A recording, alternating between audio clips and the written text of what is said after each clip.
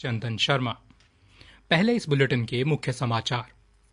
विदेश मंत्री doctor S Jaishankar ने ब्राजील के विदेश मंत्री माउरो विएरा के साथ नई दिल्ली में भारत ब्राजील संयुक्त आयोग की 9वीं बैठक की। भाजपा ने आज रोहतक में युवा सदस्यता ग्रहण समारोह का आयोजन किया। मुख्यमंत्री नायब सिंह सैनी की मौजूदगी में हजारों युवा शामिल हुए। जननायक जनता पार्टी ने आज आजाद समाज पार्टी के साथ गठबंधन में विधानसभा चुनाव लड़ने का फैसला लिया। हरियाणा में भाजपा नेत्री किरण चौधरी निर्विरोध राज्यसभा सांसद चुनी गई। अब समाचार विस्तार से। विदेश मंत्री डॉक्टर एस जयशंकर ने G20 की ब्राजील की अध्यक्षता के लिए भारत का पूर्ण समर्थन देने की बात दोहराई है। आज नई दिल्ली में भारत ब्राजील संयुक्त आयोग की 9वीं बैठक में प्रारंभिक संबोधन में डॉक्टर जयशंकर ने न्यायपूर्ण विश्व व्यवस्था और पृथ्वी के सतत विकास के लिए ब्राजील की अनूठी पहलों की सराहना की। उन्होंने कहा कि भारत और ब्राजील के बीच 2006 में हुई महत्वपूर्ण साझेदारी पिछले कई वर्षों में विभिन्न क्षेत्रों तक पहुंची है। डॉक्टर जयशंकर ने कहा कि ब्राजील के साथ भारत के द्विपक्षीय संबंध रक्षा, अंतरिक्ष, सुरक्षा, व्यापार और निवेश समेत अनेक क्षेत्रों में मजबूत हुए हैं। उन्होंने कहा कि भारत को खुशी है कि ब्राजील में भारतीय संस्कृति, कला और दर्शन के प्रति लोगों का रुझान बढ़ रहा है। डॉक्टर जयशंकर और ब्राजील के विदेश मंत्री माउरो विएरा ने भारत ब्राजील संयुक्त आयोग की सह अध्यक्षता की। वर्तमान में ब्राजील G20 की अध्यक्षता कर रहा है। इस वर्ष 18 और 19 नवंबर को G20 शिखर सम्मेलन रियो डे जेनेरियो में आयोजित किया जाएगा। भारत और ब्राजील के बीच साझा मूल्यांक पर आधारित बहुआयामी संबंध है। भारतीय जनता युवा मोर्चा की ओर से आज रोहतक स्थित पार्टी के प्रदेश कार्यालय में सदस्यता अभियान ग्रहण समारोह का आयोजन किया गया, जिसमें मुख्यमंत्री नायब सिंह सैनी व भारतीय जनता युवा मोर्चा के राष्ट्रीय अध्यक्ष तेजस्वी सूर्या इस समारोह में पहुंचे। इस दौरान प्रदेश भर के 1000 से ज्यादा युवाओं ने भाजपा की सदस्यता ग्रहण की। पार्टी प्रदेश अध्यक्ष मोहनलाल बड़ौली भी समारोह में मौजूद रहे। मुख्यमंत्री ने पार्टी में शामिल होने वाले सभी युवाओं का स्वागत करते हुए कहा कि केंद्र व प्रदेश सरकार ने विभिन्न योजनाओं के माध्यम से युवाओं के सम्मान को आगे बढ़ाने का काम किया है। उन्होंने कहा कि स्टैंड अप इंडिया और स्टार्टअप इंडिया के जरिए देश मजबूती से आगे बढ़ रहा है, जिसमें युवाओं की अहम भूमिका है।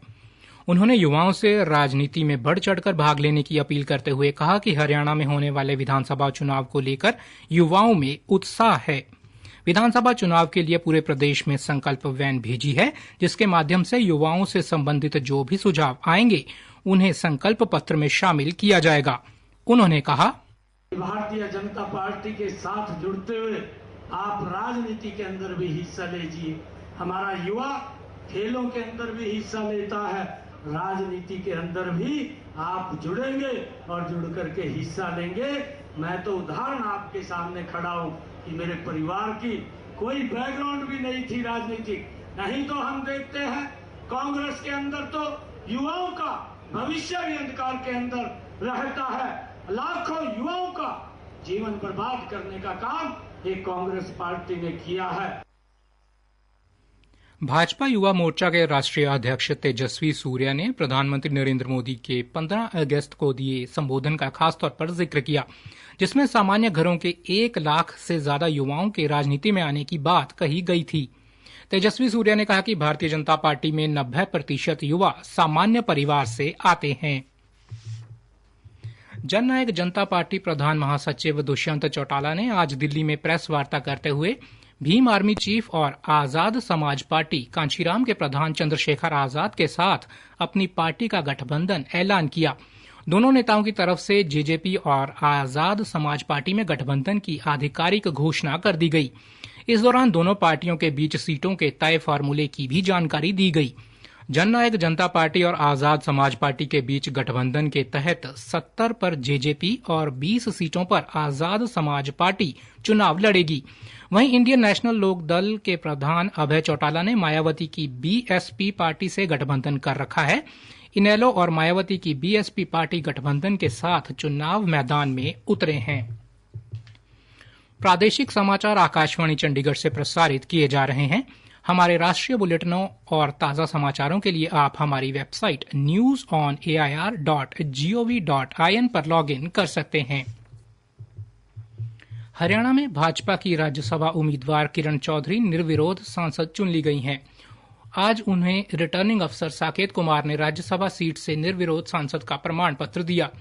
बता दें कि 20 अगस्त को भाजपा ने उन्हें उम्मीदवार घोषित किया था। 21 अगस्त को उन्होंने मुख्यमंत्री नायब सिंह सैनी की उपस्थिति में अपना नामांकन दाखिल किया। क्योंकि कांग्रेस समेत दूसरे विपक्षी दलों की ओर से कोई भी उम्मीदवार खड़ा नहीं किया गया, इस कारण से किरण चौधरी का निर्विरोध राज्यसभा में पहुंच गईं। आज रिटर्निंग अफसर ने उन्हें राज्यसभा का निर्वाचन सर्टिफिकेट देकर इसकी आधिकारिक पुष्टि कर दी। फरीदाबाद के एक निजी स्कूल में आज राष्ट्रीय शिक्षा नीति 2020 के कार्यान्वयन हेतु राष्ट्रीय संगोष्ठी का आयोजन किया, जिसमें दूरदर्शन समाचार की महानिदेशक प्रिया कुमार ने बतौर मुख्य अतिथि शिरकत की। इस कार्यक्रम में विभिन्न राज्यों के 150 से ज्यादा शिक्षाविदों ने भाग लिया और नई शिक्षा नीति पर अपने विचार रखे। इस अवसर पर दूरदर्शन समाचार की महानिदेशक प्रिया कुमार ने कहा कि जहां हम राष्ट्रीय शिक्षा नीति को समझने का प्रयास कर रहे हैं, वहीं आप लोग इसे इम्प्लीमेंट कर रहे हैं। यह कार्यक्रम मेरे लिए एक अभिभावक, एडमिनिस्ट्रेटर और पॉलिसी मेकर के रूप में बड़ा ही ज्ञानवर्धक है। नई शिक्षा नीति का उद्देश्य शिक्षा को आधुनिक बनाने के साथ साथ भारत की प्राचीन परंपरा के साथ आगे बढ़ना है। उन्होंने कहा कि दूरदर्शन समाचार एक राष्ट्रीय लोक प्रसारक होने के नाते शिक्षा और जागरूकता के प्रचार प्रसार में महत्वपूर्ण भूमिका निभा रहा है और समय समय पर छात्रों की सफलता की कहानियों को भी प्रसारित करता है। उन्होंने कहा, मनुष्य के पास शिक्षा एक ऐसा वरदान है जिससे वह अपने भूत, वर्तमान, भविष्य को आवश्यकता के अनुरूप बना सकता है। हमारी शिक्षा नीति का उद्देश्य भारतीय शिक्षा तंत्र को केवल आधुनिक ही नहीं बनाना है, जैसे हम अभी आप महानुभावों ने बताया भी, बल्कि इससे भारत की प्राचीन ज्ञान परंपरा को समाहित करते हुए इसे आगे बढ़ाना है। भारतीय शिक्षा का मूलभूत उद्देश्य है सदाचार पूर्वक अपने धर्म का आचरण करना। हमें सुनिश्चित करना है कि हम शिक्षा को केवल किताबी ज्ञान तक सीमित न रखें, बल्कि उसे समाज और देश की उन्नति का माध्यम बनाएं। कार्यक्रम के आयोजक ऋषिपाल चौहान ने कहा कि नई राष्ट्रीय शिक्षा नीति का उद्देश्य बच्चों को गुणवत्तापूर्वक शिक्षा देने के साथ साथ उनकी चहुमुखी विकास करना है। पंचकुला जिला एवं सत्र न्यायालय परिसर में 14 सितंबर को राष्ट्रीय लोक अदालत का आयोजन किया जाएगा। इस संबंध में जानकारी देते हुए मुख्य न्यायिक मजिस्ट्रेट अजय कुमार घनघस ने बताया कि इस राष्ट्रीय लोक अदालत का आयोजन जिला एवं सत्र न्यायाधीश एवं जिला विधिक सेवा प्राधिकरण के अध्यक्ष वेद प्रकाश सिरोही और सदस्य सचिव SP सिंह के मार्गदर्शन में किया जाएगा। उन्होंने बताया कि राष्ट्रीय लोक अदालत के लिए बेंचों का गठन किया जाएगा, जिनमें से कुछ बेंच जिला न्यायालय में और कुछ कालका स्थित उपमंडल स्तरीय न्यायालय में होंगे।